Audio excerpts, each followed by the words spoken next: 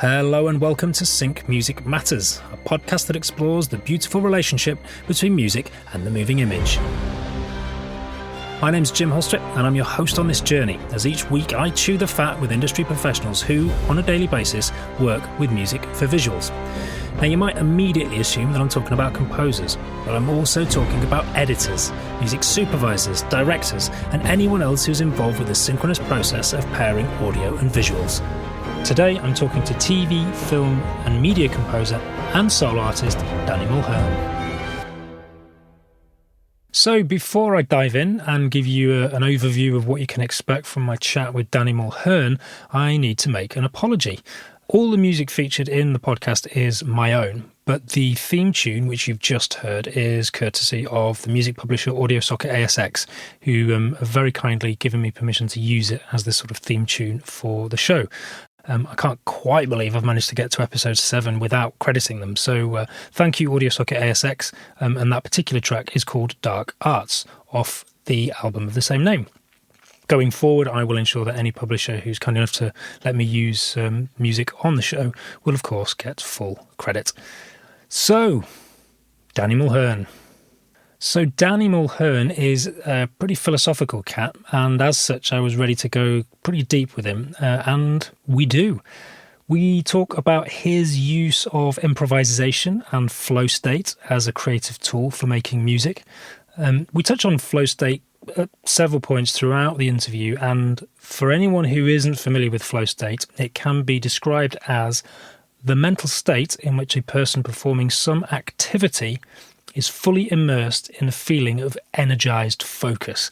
Energized focus. Well, that sounds good, doesn't it? But it's, the idea that we're kind of in the zone, we're immersed in something to a point where everything outside of that kind of ceases to exist. Powerful tool. We also talk about accessing the subconscious. I sounded very northern when I said that. Accessing the subconscious. We also look at overcoming procrastination, or what Stephen Pressfield in The War of Art refers to as resistance. Now, if you haven't read The War of Art, I highly recommend it. It's a great book for anyone who does anything remotely creative. But Stephen Pressfield talks about resistance, which is that thing that stops you being creative. We touch on imposter syndrome, which if you are a regular listener to the podcast, you'll know that many creatives suffer from. It seems definitely a recurring theme. And Danny very kindly shares about a time in his life where he very much fell out of love with music. He felt like he was doing it for the wrong reasons. But that love was rekindled through collaboration with other musicians and actually through human connection, which is a kind of really inspiring story. We talk about John Vervaeke, the cognitive psychologist, and the meaning crisis. Yep, told you we go deep. But it's also a project that Danny's actually involved with at the moment. In terms of going under the skin, we talk about a film that he scored, What They Had, starring Hilary Swank and Michael Shannon. And Danny essentially scored that film in the best part of 3 weeks, which was a phenomenal feat. We also get a taste for Danny's musical influences, which include the likes of Jimi Hendrix, the Beatles, and Ian McGilchrist. As ever, I link to all the people and the music that we talk about in the podcast. You can find that in the show notes of your preferred podcast platform, or you can pop on over to my website, larpmusic.com, click on podcasts, and you'll find all the links there. And a little ask from me. If you enjoy the podcast and are happy to do so, I would be hugely grateful if you could pop on over to Apple Podcasts and give it a rating and a review. It just helps with the algorithm and it tells the artificial intelligence, which will soon be running the world, that this podcast is worth listening to. Thanks a lot. Let's chat to Danny.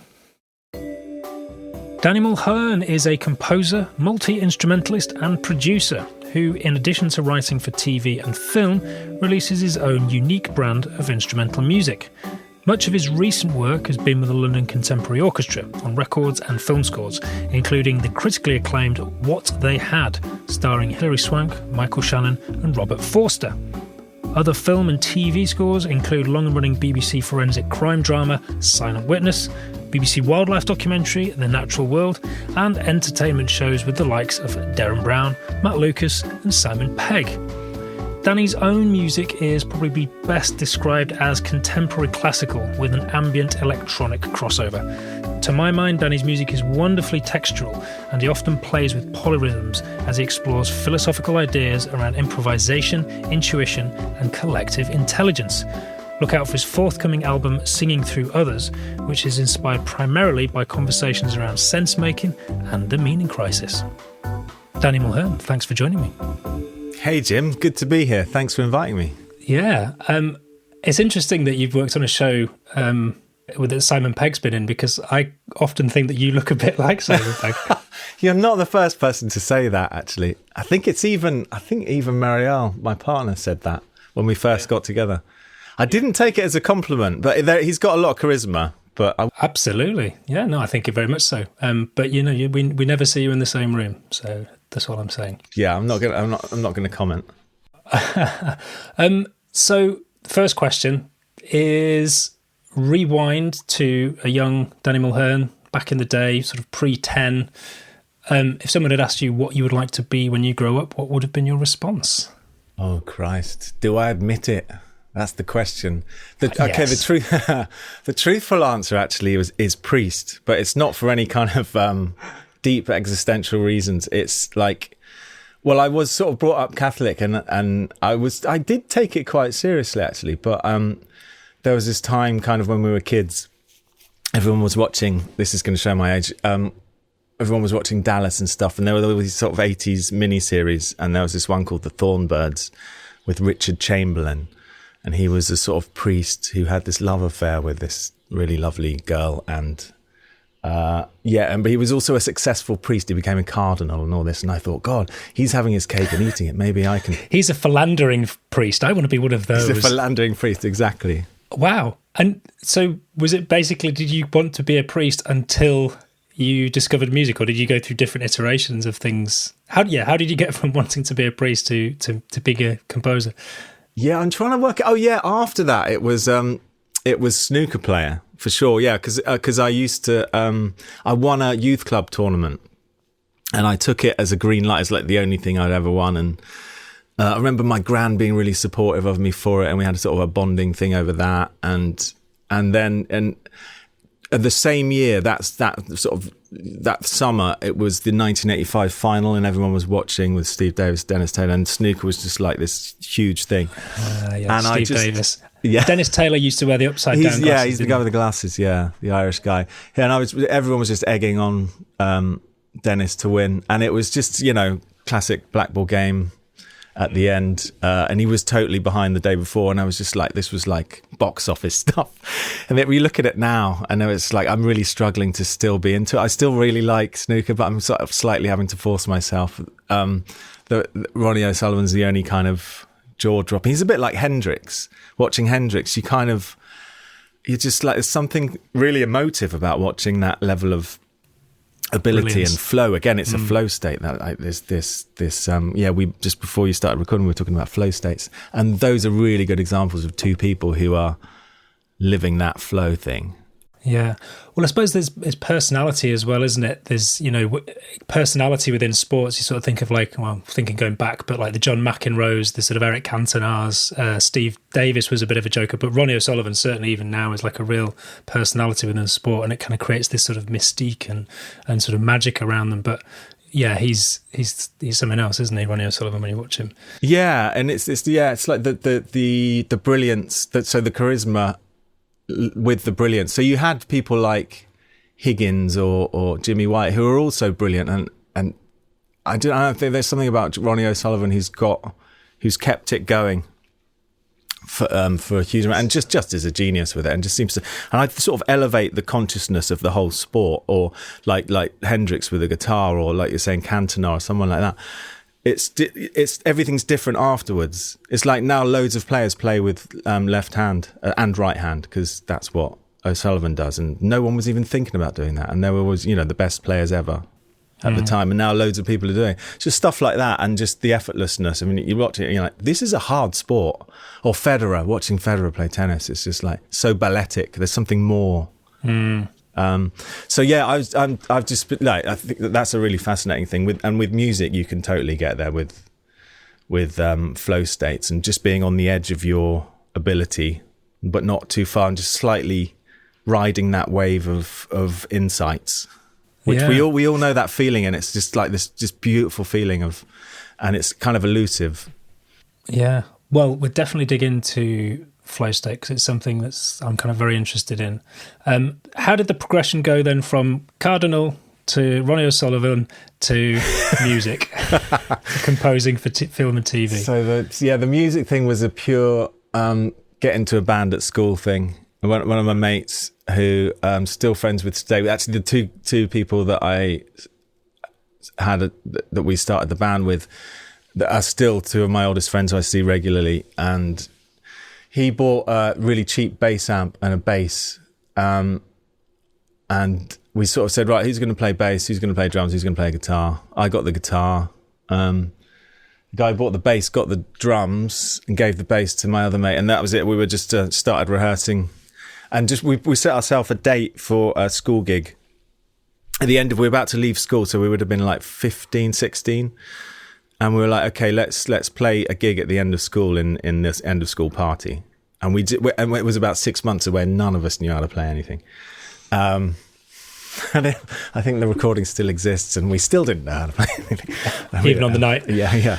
But it was so exciting, and it was just like, oh, this is just the coolest thing. And I felt like after school, I felt supreme pressure about like work. No one really prepared me about jobs and work and the idea of you might have to do a job you hate for the rest of your life, and that really freaked me out. So it's sort of that coincided with, right, I've got to do music. Right from that moment, that was it. It was just like, I can't not do this. I've got to do something I like. But obviously, so there you were playing live, whereas the world of a sort of like a TV film composer is generally one of isolation and sort of less recognition. So where was the switch from sort of like that buzz of kind of being on stage to tucked away in a man cave for sort of days, weeks, months at a time? Yeah, that was all to do with nerves, actually. I was really bad with stage fright. I did a lot of gigs where I was singing and stuff, and the trauma of before going on and all that. And also the idea of being famous was always a bit, you kind of want to be, I felt like I wanted to be successful in doing something, but that fame might be weird. And I always thought of a film TV composer as being slightly behind the scenes, but doing a really cool job, but none of the baggage that comes with being famous. But I know, I definitely associate with that, because I did the singer-songwriter thing for quite a while and got to a point where I realised that, I don't know, there's some people almost thrive on that nervous energy before going on stage, whereas I was someone who I didn't thrive on it at all. I sort of actually disliked it to the point where I was asking myself, okay, why are you doing this? I never really wanted to be a performer. It's actually someone told me, if you want to do music, you've got to be able to play live, which as an artist is true, but not as a producer or composer necessarily. So yeah, what would happen to you? Like, because I remember having to just do these breathing exercises and stuff like that, and I would do whole gigs with my eyes closed. Like entire gigs, and then sort of open them between songs or whatever. Oh man, yeah, it's hard. Well, we once recorded the first ever music video that we recorded. It wasn't really a music video; it was like a live video, and I was blown away by how petrified I looked. I was literally staring into space, one spot on the wall. There was no emotion on my face whatsoever, just going through the motions. And it's only when I sort of saw myself filmed, and it was my cousin who was editing the video, and he was having real troubles basically sort of trying to find angles where my face wasn't apparent, because I just looked petrified, which was an eye-opener, and it obviously opened up doorways for me to sort of work on that, but I don't think I ever truly felt. But at the same time, at the same time I was gigging, Ed Sheeran was gigging a lot of the same venues around sort of Finsbury Park in London, and even Michael Kiwanuka. Now, those were two guys who I saw live in a pub. Now, when you're playing live in a pub, most people just sort of talk through your music. But when those guys played, everybody stopped. And I kind of just realised, I was like, there's a kind of a magic there. Maybe even that, you talk about flow state, I just think I will never have that. As much hard as I practice and what have you, I will never have that flow state when performing live that they have. And they were just sort of captivating.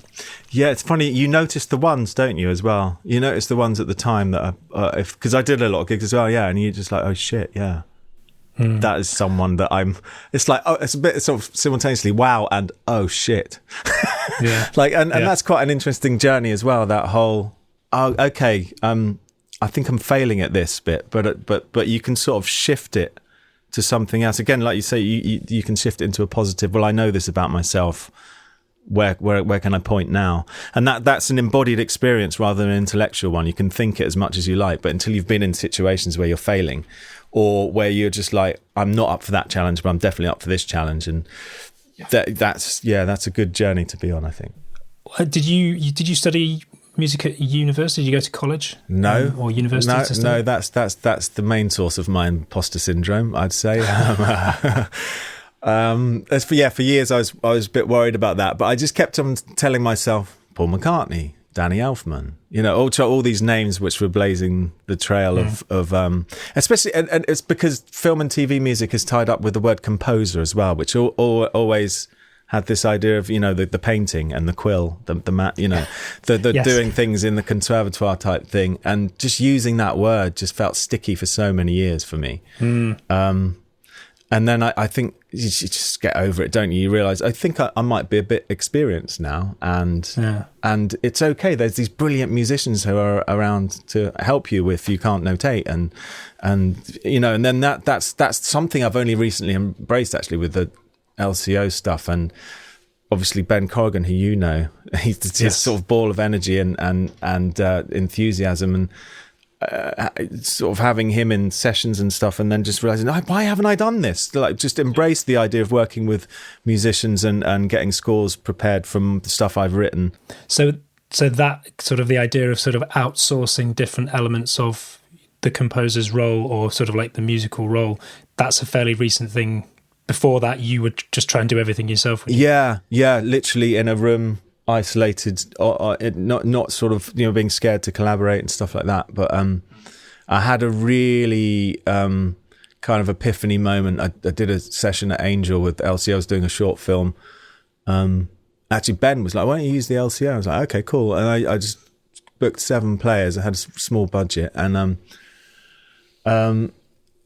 there was a load of, at the end of it ended up being hardly any music in the film, and there was this whole afternoon session booked with all these players. And so I brought along these piano improvs I'd done, and just said to Ben, look, just block out the chords for the musicians, and then I would sort of say to them, okay, play crotchets, choose a note from a triad, play crotchets, and then just do all these different takes where this feel was evolving. And I became really emotional, because the music that was coming out was mine, but it was also just had this added aliveness to it from all these super experienced masters of their instruments, responding emotionally to something, and it was evolving, and I was like, okay, this is it for me. This is what I'm going to do now. And that's basically a lot of my records. Of the film score I did was based on that process, a lot of it, as much as it could be if you're in a super tight schedule. Yeah, sure. And just to touch on, well, I mean, we'll definitely come back to the material you did with the LCO. You mentioned imposter syndrome. Is that something that's confined to the past now, or is it something that's still there and you just have a handle on it? It's always there. I think it's tied up with the self, the work on the self, which is an entire lifetime's thing. And I think for any artist, as you know, it's like, well, there's nothing and then there's something, and there's always a question mark about, and I think there has to be during the process, is this any good? Some days the same piece you can answer, oh my God, no. And then the other day you can hear it and go, oh no, this is great. And that sort of objective versus being in it and then being objective about it, it's just this constant process. And I think the only thing that makes the imposter syndrome dwindle is just the knowledge that you've been there before and got through it, so that's the sort of a confirmation thing. So I guess in answer, it does dwindle, yeah, actually. Yeah. But I think it never really goes. But it's like it can become a positive thing. It becomes a sort of a signpost of experience. It's like, no, I know I'm going to have doubts, and that's just inevitable. That's an inevitable part of the process. Sure. Yeah, I was recently introduced to the concept of the inner bastard. otherwise known as the inner critic, but it's that internal dialogue sort of on repeat, sort of second guessing everything you do. And you just touched on it there. At times, when it comes to sort of reflecting and looking at, assessing whether something is good or not, that inner critic is actually really valuable. But when you're trying to get into flow state and be creative, is a liability. So in that instance, it's silencing the inner bastard, or just sort of listening to him and going, yeah, there, off you go. And then as and when you need him, bring him back. Yeah. Yeah, oh God, that really reminds, that's a great term, the inner bastard, because it suggests there's something going on with a shadow there. So it can be nasty, and it can actually bite you as well. It can be too nasty and just say you're shit, oh no, and then, then there's a sort of downward spiral. Or it can just be this truth thing that you're kind of would rather ignore, but is just a harsh truth. And that's when it's kind of, and if you can integrate that, it can just be such an asset. Yeah. And so going back to that kind of first session with the London Contemporary Orchestra, whereby there was obviously a sort of like an epiphany for you, and there was an element of disillusionment, but within that moment or during that project, you kind of rediscovered something. Yeah, for sure. I think it was the real start of a rediscovery of, and a lot of it was. I alluded to it a minute ago about just spending sort of the last 20 years in a room on my own and not really collaborating, and the importance of relationships as well. And I think I just really viscerally felt that in that day. I just thought, this is what they bring, and this is something that's actually really integral to life as well. It's not just so. That really felt me, and I'd been doing a lot of projects just for money as well, because I'd had a baby. So 2011, Sam was born, and this would have been like 2015, 2016, 2017, all this. So about 2015 maybe. And I'd just been work, saying yes to everything, regardless of whether it was a really inspiring project or another daytime TV show, which I should say I was glad I really did. I mean, I got some really good chops in terms of the amount of different styles of music I had to do for certain projects I was doing. But I was basically not connected to it in any way. I was just like, this is just a job, isn't it? I'm sitting in a garden, sitting in a room on my own, doing music I probably wouldn't do if it wasn't for the fact that it's my job. And I sort of made a conscious effort to not do that anymore, and I started listening to music for enjoyment again, which had sort of slipped actually. And I think this was around the time I met you, wasn't it? Yeah, I think so. Because I think you're right. I completely forgot actually that I was really quite disillusioned then, and I got myself a real piano in the studio, and made sure I started playing a lot of piano. Guitar was my first instrument, and I was getting a bit. I remember John Lennon said a really good thing about it, like all of his late Beatles early solo stuff was piano, a lot of piano, and it's because he didn't know how to play it. And it's like with the guitar, he was just finding himself going to the same things again, and he was surprising himself more on that. And I love that. I love that about Joni Mitchell as well. She had like 50 different guitar tunings. The idea of you sort of don't know what you're doing every time you pick up the instrument keeps you interested. It's like you're playing with a toy every time. Yeah, which is really like, and I sort of went into that with the piano a bit, and I had this sort of barometer of when I was playing something, just whenever I felt moved by something, that was my sign. I was like, I'm just going to go with that. I'm connected to something, to this otherness. I don't know what it is. And then that I would use that as a sort of barometer to pursue a piece of music, to finish it, and just really care about what the music sounded like, and how I was connected to it, and just exploring what that whole thing is, that beautiful mystery of music, and in a similar way that art and poetry is. It's just that it connects you to some other form of reality that we can never use language for, or we can never really explain. And just reconnecting to that again, which is a sort of just remembering what it was like when you first did it before it became a job. Yeah. And I think, sure. And what was really affirming about that is that I did that, and I put out a couple of records, and that's when I got my first feature film, and on the back of someone hearing that, and it was like, wow, I'm just doing just being genuine, really. Yeah. Rather than chasing stuff, and that's what brought it. And there's a real there's so many paradoxes in that sort of stuff that you can. It's sort of the only way is to not really chase it. Yeah. And be genuine. Interesting. Yeah. Yeah, it's interesting because I certainly think because I'm quite late to music with my sort of checkered career of various things before sort of quitting it all to do music. And I certainly remember thinking that all of a sudden doing it professionally changes your relationship with it. And it sounds like, I wonder if this is a sort of common thing, but as you say, you got to a point where you sort of, something broke, something snapped, and you sort of went back to a place where you're like, okay, let's go back to why I started doing this in the first place, rediscover that sort of that passion. It sounds like it's massively improved your relationship with music because, as you say, you're now writing from a place of like, okay, does this move me? Do you think your musical output has improved as a result of that?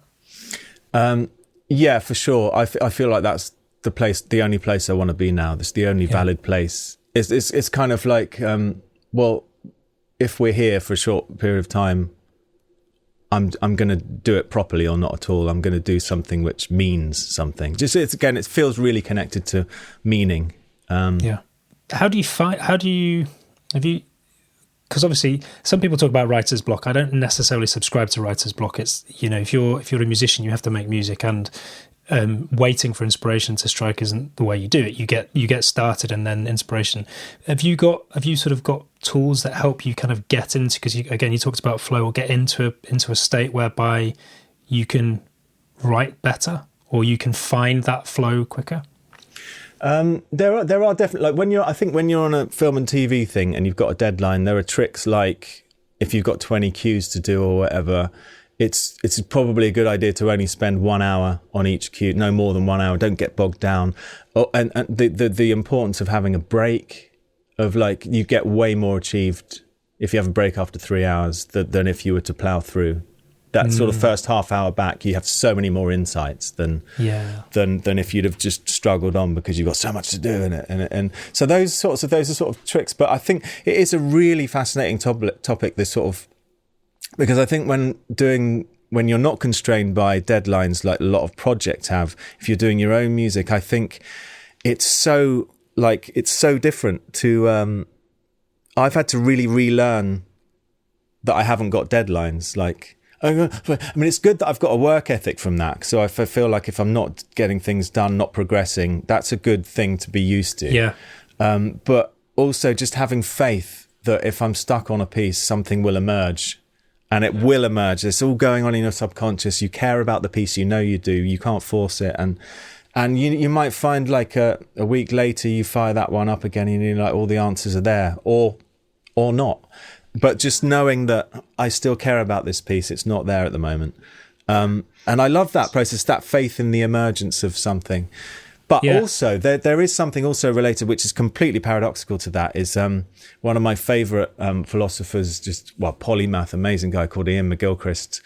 I went to see a lot of his lectures, and I managed to be super lucky and sit next to him at this meal. And I was talking to him about just being in a really low point, about like, I'm getting up and just not feeling like I've got any purpose. Again, this meaning thing, this like, why am I showing up? And he said, well, just show up, literally just show up. A little bit like sort of, I think what you were just asking me, Stephen Pressfield talks about it as resistance. Yeah. So, and I don't, even though I was feeling low, there were some periods, I don't know how many people go through this, but we have our ups and downs, and there are some days where I just feel like I just don't want to be doing it. But even those days, I made sure I had the piano set up with the mics all ready to go. And I just said to myself, okay, part of my routine is a 20-minute improv on the piano every day. Oh. And I think I was just half asleep during most of them, because it was just a routine. I wasn't even thinking about it. And after about 6 months, I reviewed some pieces, and there were those sort of passages of real coherence, like for maybe a minute. And you're like, okay, something happened there.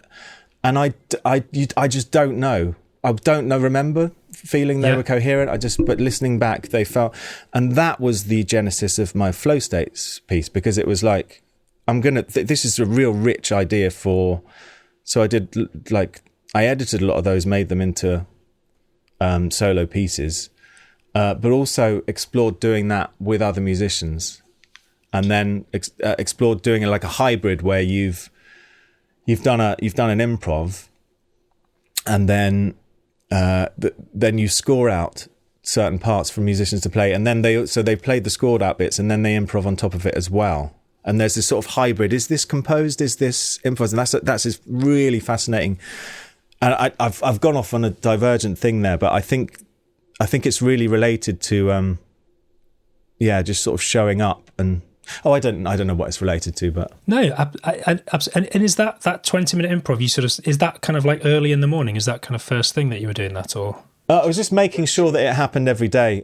So usually, because I'm not great, and when I'm in that state, I'm not great with early mornings, but I am great at coming into the studio at least, to sort of pretend I'm working. So I'd basically just do that. Yeah, whenever I was in the studio, I was like, okay, here's my 20 minutes.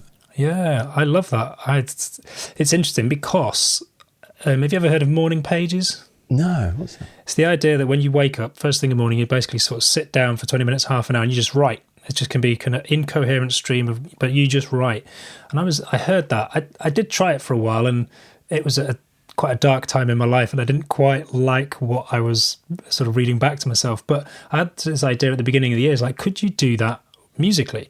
Sort of like literally, so in the morning, get up, first thing you do, sit down, a bit like you're doing, but sit down at your sort of keyboard or whatever for just 30 minutes and just write something for the bin. And it's as if it's like, it doesn't matter, I'm just going to noodle around with some ideas, and if it's complete rubbish, I'll just throw it away. But it's almost the idea of sort of getting the crap out of the way before you properly sit down. But then at the same time, it sounds like what you're saying is actually, when you listen back to some of those things, it's like, actually there's some nuggets of gold here that you don't even remember.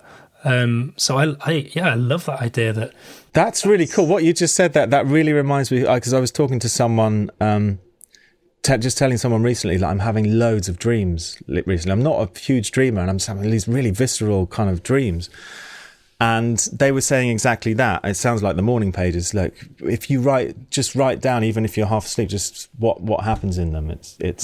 Apparently there's some real key insights in all of that stuff, and that relates to I guess it does relate to that showing up thing and just doing stuff. There's this whole idea that 99% of our consciousness is subconscious. And so there's so much going on there. That's kind of Jungian psychology. Yeah. Yeah, it's fascinating. And then, by tapping into that, we're going to come on to talking about flow state, but you mentioned flow state a few times as well. And there's talk about, microdosing psilocybin is a good way to sort of tap into the subconscious, and there's that flow state. So actually, maybe flow state lies somewhere between conscious and subconscious, and actually by tapping into the subconscious, that's where the crazy. Yeah, I think there's a reason why the psychedelic renaissance and the conversations around philosophy and flow states that they are chiming with each other now again. It's really coming back, and it is a superbly fascinating, just rich vein of stuff. Amazing, yeah. Right, well, I think this is probably a good time to go under the skin. Under the skin. You mentioned sort of like that idea of deadlines, and the process is slightly different when you've got hard deadlines and there's people waiting for stuff. You did a film, What They Had, that Hollywood moment, which a few years ago now, but just sort of interested in sort of touching on that, because I seem to remember when that came through, not only did you sort of, were you scoring a film, which is a big ask, but you had relatively little time to do it in. Talk us through the sort of process for that, and then I'm interested in sort of afterwards, then sort of maybe looking at a little bit more about the process of writing your own music. But what was the kind of process from having that first meeting to then sort of getting ideas down and ultimately sort of scoring the film? Yeah, well, it was on the back of one of my records that came out. Someone from Decca who'd published it reached out. So the music supervisor, who was Mary Ramos, she's an amazing supervisor. She does all of Tarantino's films. It's just done hundreds. So unfortunately, at this point in the interview, we lost Danny's audio, but I can fill you in as to what he said. So music supervisor Mary Ramos reached out to Decca, with whom Danny has published, asking if they had anyone who could score their film. They forwarded Danny's album on to the director, who loved it. By this time, it was August of that year, and everything was looking good. But Danny heard nothing. Apparently in the background there were some music publishing issues going on, which needed to be resolved before they could proceed. Anyway, Danny eventually received a copy of the film, fully edited with a temp score. And it's a really beautiful film, actually, just sort of an ensemble piece. And it genuinely moved me. So, as soon as I was finished with it, I went into the studio and tried to respond, just to record on the piano and respond. Played around with some themes and responses. And at that moment, the director called me for the first time. And I was snivelling, actually, because I was a moving film and I'd cried and I said, I'm still really moved by your beautiful film. And she was just really chilled and supportive and just like... The audio cut again. But anyway, Danny and director Elizabeth Chomko continue their conversation about the film and felt really good about going forward. Then cue another long period of nothing happening. The job was finally confirmed in the first week of December of that year, and it needed to be delivered before Christmas, and it was very music heavy. But so within that time, I had to do like 20 cues, organise musicians, book studios, of which there were just none available right before Christmas. It was really weird. I managed to get a small session at Angel, small session at Air at Adele with 4 or 5 players at a time. But again, like the eureka moments in those ones were I knew I wanted to leave time for improv, and they were the best moments. So there's this really good cellist with LTO called Max Ruisi, and he improv'd a line over a really delicate piece. It's literally a 2-note phrase which just lifted the cue at the right moment, and I was like, I needed that. Thank you. And it's like, and just leaving the door open for these things, and you've basically created the whole situation for that, the circumstances for that to happen in, and encouraged it. And I think when it comes off, it's so gratifying to just. And then when I'd finished that cue and a couple of others, the director phoned and said, "Thank you so much. This is just what that scene needed." And so that process was, but yeah, it was so fraught, but also like super exciting. And was it? It sounds like it was, whilst there was all the fraughtness of booking studios, etc. But the actual process of making the music, did that happen quite quickly, and was that effortless? Yeah, I think it did, actually. I knew that a lot of solo real piano stuff was needed, quite delicate stuff. I mean, I'd be lying if I said it was chilled, because I just was so panicky. In fact, I was spending. Are you aware of this list going around of film composers that have been fired? It's like there's like 500. It's basically everyone who've been fired multiple times on films, and it's this idea that you haven't arrived as a film composer until you've been fired. And I just the entire process, I was waiting to be fired, like imposter syndrome, huge. Like this is I've got the job, but here's where they find out. It's like, and also just the stress of getting through that amount of work was just really was. So it was fraught. Yeah. And which cue was it that you mentioned that had that improvised cello line in it? Because I'm going to link to everything that we mentioned in the conversation. I'm going to link to in the show notes, but it'd be nice to just sort of link. Yeah. There's just a 2-note cello phrase in I think the cue was called Power of Attorney, which is so dull, isn't it, as a title? But yeah. It's funny because in my conversation with Stephen Warbeck, he talked about getting fired. He actually got fired from a job before it even started it. It's just hilarious. That's an extra achievement. But yes, I think it's obviously something that's more common than people realise, because obviously as a composer, it's not something you generally shout about. But I think that's something that also sort of petrifies me, because it's quite difficult to separate yourself from from that. Your identity is sort of wrapped up in being a composer, and if you get fired, it's sort of like all of a sudden you're questioning whether or not you are a composer, and then ultimately your sort of identity. So it's and I think that extends into life, doesn't it? Just your identity being wrapped up with your career, and especially with careers that are so hard and so competitive and so takes so long to get any traction in.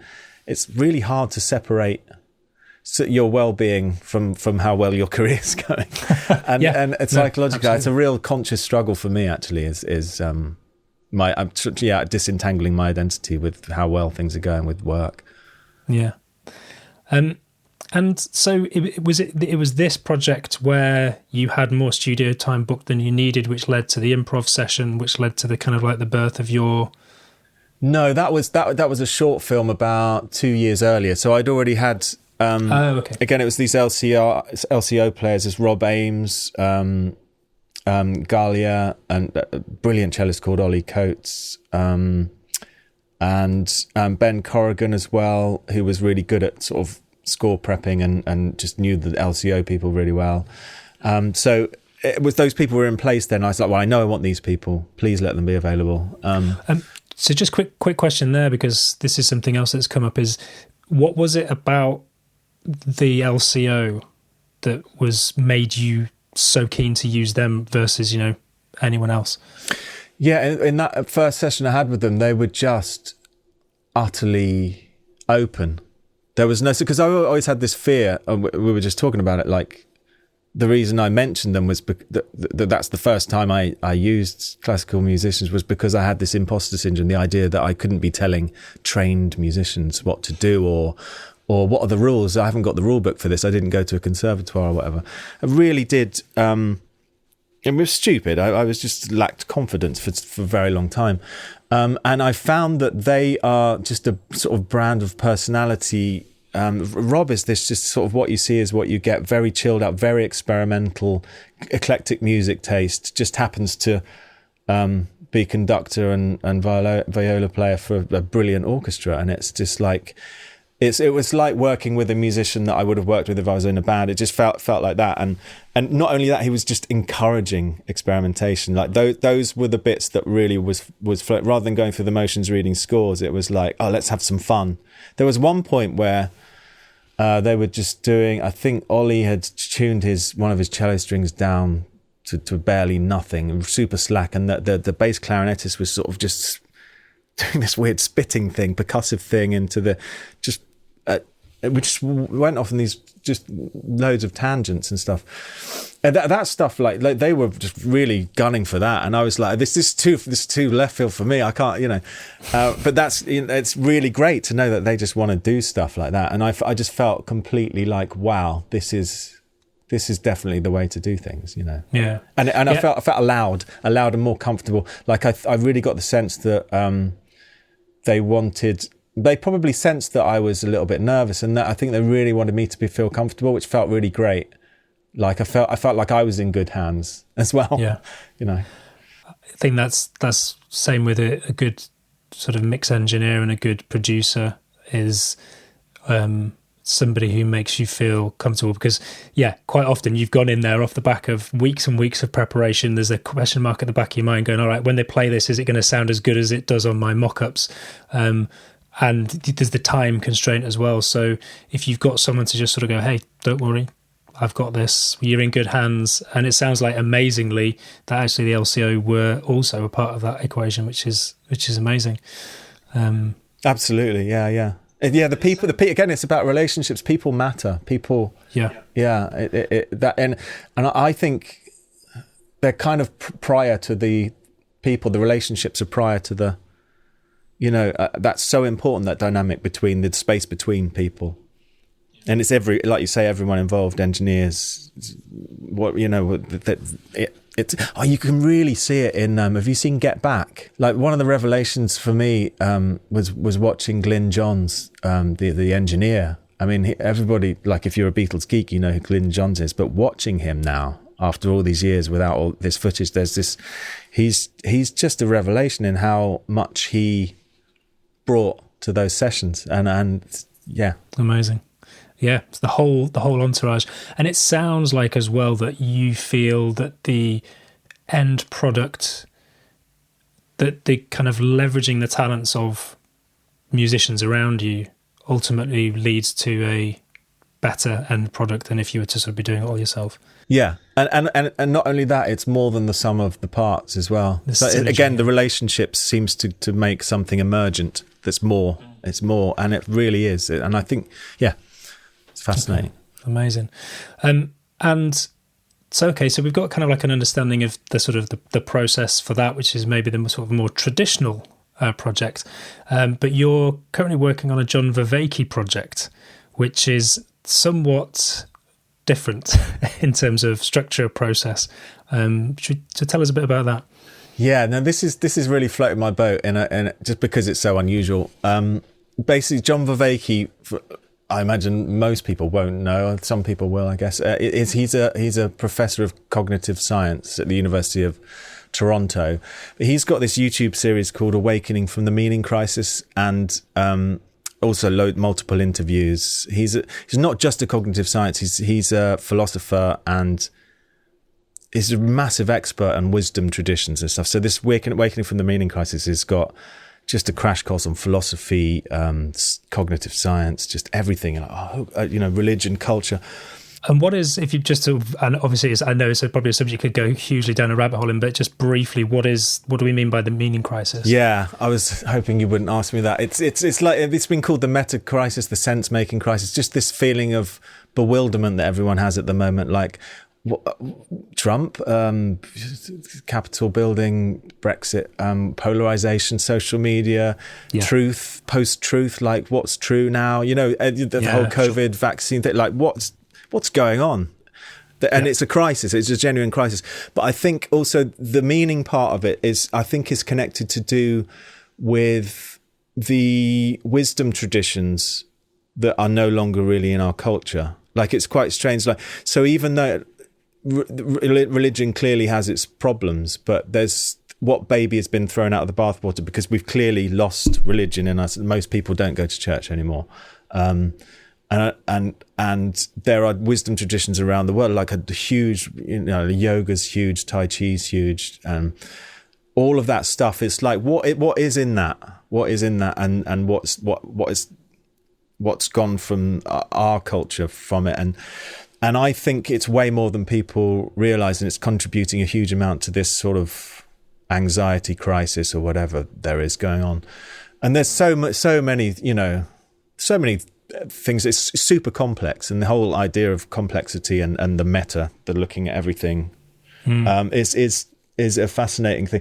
So there's this guy John Vervaeke who's sort of been tackling that for a long time, and he's done a lot of really important work. And there's this guy called David Fuller, who runs a YouTube channel and a sort of organisation actually, who run courses, called Rebel Wisdom, and he's an ex-journalist, or he is a journalist. He worked for Channel 4 News and BBC, did documentaries and stuff, and him and Rebel Wisdom have been brilliant at curating the sort of best philosophers, cultural commentators, journalists, podcasters, scientists, therapists, just looking at sense making. And John Vervaeke has sort of shone through as one of these kind of main guys that people resonate with. So they're just trying to work. David's trying to set up a project where he's going to make a documentary about John's work, and he's reaching out. What's fascinating about the project is he's reaching out to people who know his work, so scientists, philosophers, so some really sort of galaxy brain people. But also animators who are really aware of his work, and myself doing the music. I mean, this is super early stages, and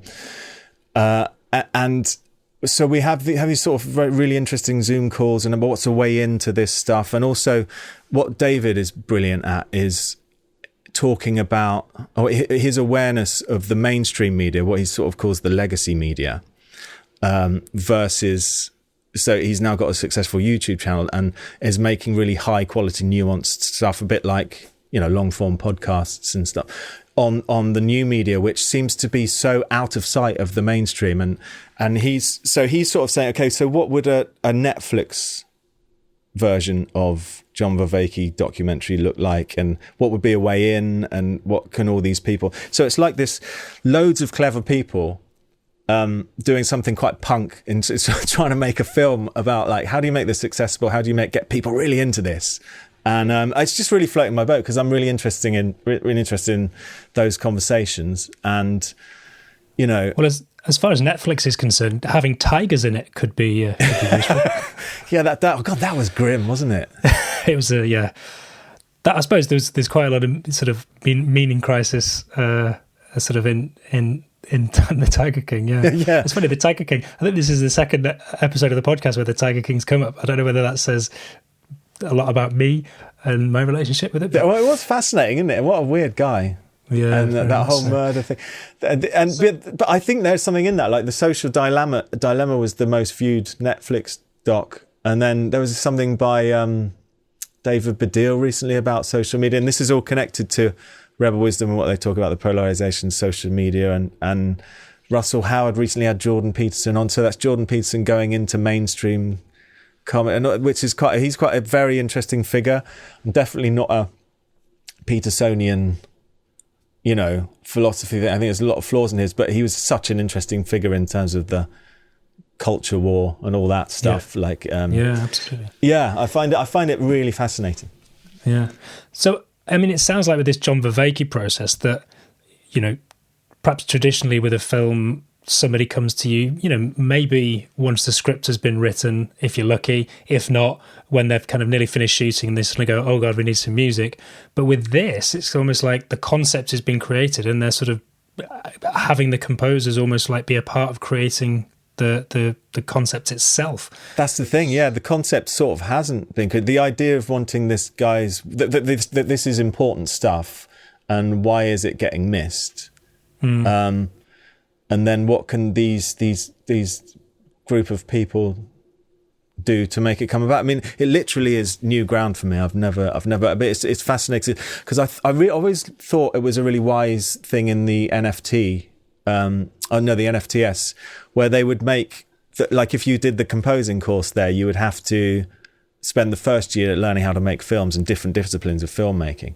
And how that really informs your entire sort of knowledge of your own job and your own speciality. It's integrated in a sort of holistic way. And I feel like this project is a really fascinating way of doing that, but also in a sort of punk spirit as well, because there's definitely a lot of people who have never made films. There's a lot of people who are also experienced in film and media as well, and just sort of pulling all that together and seeing what the hell's going to, I don't know. I'm excited to do it. But I haven't got a lot to say on the process yet because I'm sort of in it in the super early stages. Yeah. Well, I suppose it also ties in with what you were talking about earlier, that kind of the idea that the synergy of having multiple people all coming together to sort of create something, is hopefully that end product will be, certainly very different to what it would have been if it was just the brainchild of one person, but then hopefully, maybe sort of better for it, as you've got wisdom from different people from different walks of life. It sounds like you've got psychologists, philosophers, everyone involved. And so like the end product, I mean, yeah, wow. I think probably the challenge is like taking all of that input and distilling it down into something simple and accessible. That's the key. Like what would hook people into this, and why would they feel excited about it? Because it's super complex. It's a talk, and I have to say it's not really my job to be doing that, but if I can do some part of it with music, that's helpful along that. I've been just going to be fascinated in the whole process, basically. Yeah. Well, it certainly ties in as well with what you were saying earlier about, does it mean something? Are you sort of excited and inspired by it? And it certainly sounds like it's right up your street in terms of subject matter and even the kind of the process of creating it. Yeah, honestly, and I didn't know whether to talk about it with you because this is a sync, film music, media music podcast, and it's like, well, I don't even know how much music there's going to be in it, but I really care about whatever music there is in it, and I also really care about the this particular topic and this particular film and how it gets made. And as a composer, I think that's a really important part of your job and career as well is like we were talking about that before, where you don't want to be phoning it in all your life. You want to sort of be involved in things, and if your bit of the puzzle is relevant to that, that's great. That's, you know, I feel that that's really important. Yeah, but then also recognizing if it doesn't require music, or that also taking a step back, and rather than going, oh yeah, you definitely put some music in here, because if it doesn't need it, actually that's kind of a really important decision as well. I've been on all the emails. You've got to have some music. It's just spend a lot of time reading your emails and listening to these calls, like getting a taste. I always think that, you know, as creatives, we're hugely influenced, probably in the sort of more formative years of our lives as children, teenagers, whatever, by the music that we listen to, that we consume. What are kind of some of the seminal pieces of music or albums? There could be songwriters and artists as well as sort of any sort of like film composers. But can you sort of trace almost a chronology of influences, that people that have really influenced you and helped? You know, I suppose it doesn't even necessarily need to shine through in the music that I suppose it will in some way, but it doesn't, not to say, you know, it's going to be the same as what you're doing now. But that's a long-winded way of saying, what are your influences, Dan? There's loads. I would say primarily, you know, sort of 60s, 70s. You know, as a kid, I mean, the Beatles were so accessible to children. I'm noticing it with my own child. They did Beatles Rock Band on the PlayStation and stuff, and he's getting it. He's getting just they're so accessible. There's so much energy to their early stuff, and the whole sort of shift they did to some more experimental stuff and complex stuff, and they're a fascinating band just generally to just look at the culture of music through, and like how they influenced culture and how culture influenced them. And this sort of explosive. I love the idea of the Brian Eno concept of scenius. There's a scene which, because there's so many people doing it, it has its own genius. It has its own sort of like he likened it to a lot of Russian abstract art. And he was like, he knew about 20 artists who were doing it. Then he went to St. Petersburg and just saw hundreds. And there was this scene of. And so people talk about Kandinsky, but he was one of like hundreds of people. And it was the art was so good because it was like a kind of collective intelligence, which was raising. Yeah, and I feel like the 60s has got so much of that going on through the Beatles and you know, people like Joni Mitchell, Bob Dylan as well. Like I found myself returning to the Beatles and Dylan a lot recently. I'd completely not been listening to them for years. I've been into sort of film music, and you know, I was into Johan Johansson for quite a bit, and a lot of just sort of listening to film music and relating it to my career and sort of. But I'd say my primary influences are sort of singer-songwriters, bands like the Beatles. I got heavily into U2 in the sort of early 80s and their early albums, and then sort of when I was about 14 or 15. I think it was about 14 maybe. I went to see them when the Joshua Tree tour. Took a day off school, and that's sort of a memory of adventure. And I got a bit obsessed with them. They're an interesting, they're an interesting band. And also, we went to this place. I still don't know quite where it was. Another place I went to at school was. This place called the Clubfoot, which was a Clarendon hotel. I think it was in Hammersmith. And we were like 13 or 14. No, definitely no more than 14.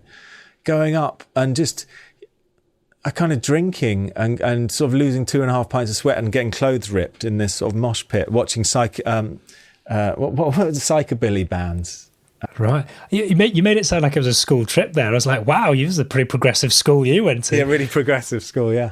No, we had I don't know how any of our parents thought it was okay. I think about my niece who's sort of barely allowed to walk home from school, and I was and just what a different time that was. But yeah, I was just listening to sort of psychedelia, like bands like the Meteors, and I wasn't heavily into it. A lot of people at my school were really into the Clash, and going up to London to see the Damned and so there's that sort of punk thing going on. And I did get into that a bit. I was never heavily into it.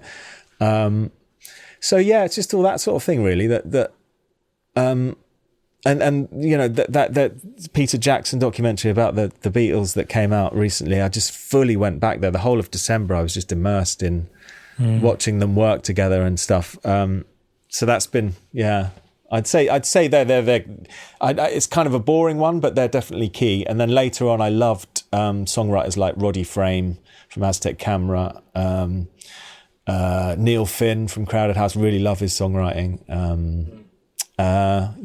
You know, good songwriters. Terry Hall from The Specials did a really good few solo albums in the 90s, which has sort of got lost a bit, but produced by Ian Browdy of the Lightning Seeds. A really good one called Home.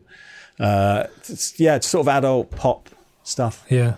And what about, is there anything kind of modern stuff that's coming sort of out, has been coming out over sort of recently? Is there anything that sort of inspires you? I really like, there's, I don't know, the FKA Twigs, is that, I really like, is FKA Twigs. I don't even know who they are. I think it's a woman on her own, but the production is kind of super interesting, cutting edge. There's an album a few years ago I got into called LP1, and she's got something new. I think it was last year, came out. I've been really into that, just sonically really interesting. What else? I mean, I was really into the Max Richter-y sort of Johansson stuff, because it was tied into I thought it was a really interesting shift in film scoring where there's about maybe 5 years ago, the sort of Zimmer model, which is still happening and still great, was also that like a lot of A-list Hollywood films were being done by Johansson, like really big films, and I found that a really interesting shift, and Max Richter came into that, and then artists around Erased Tapes and stuff. I was sort of interested in that for a while. For some reason I've gone away from that. I don't know if it's because it was a trend or whether I'm just not as interested. But yeah, I was into that for a while. But I say now, I'm just anything with interesting production. There's, but it's really hard remembering artists these days, because I've got like about 3 or 4 Spotify playlists which I'm adding to a lot, but I can't remember who the hell's on them. I just like listening to them. It's a really hard thing to talk about, which is terrible for the artists. But yeah, I totally. And it seems to be the same for everyone. Is like you hear tracks and you don't actually know who they're by.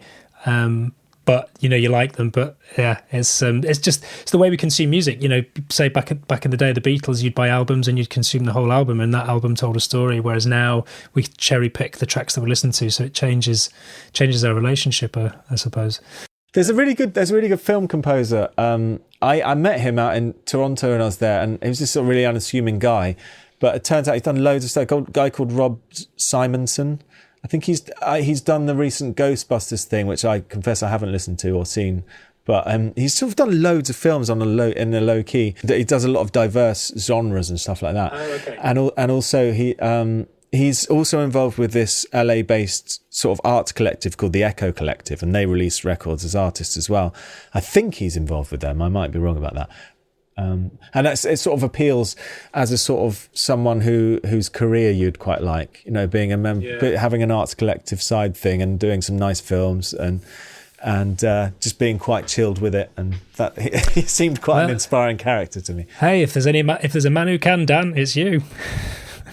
It sounds like you're kind of on the way already. So, well, who knows? I mean, it's just it'd be nice to get a nice balance, wouldn't it, with things? But that idea of life-work balance, that seems like another story we tell ourselves, which is what amazing. Dan, well, I'm conscious of time. We're sort of we're way over. This has been amazing. There's so much interesting stuff that we've sort of touched on there. We've gone pretty deep, which I knew we were going to do, but is always a good thing.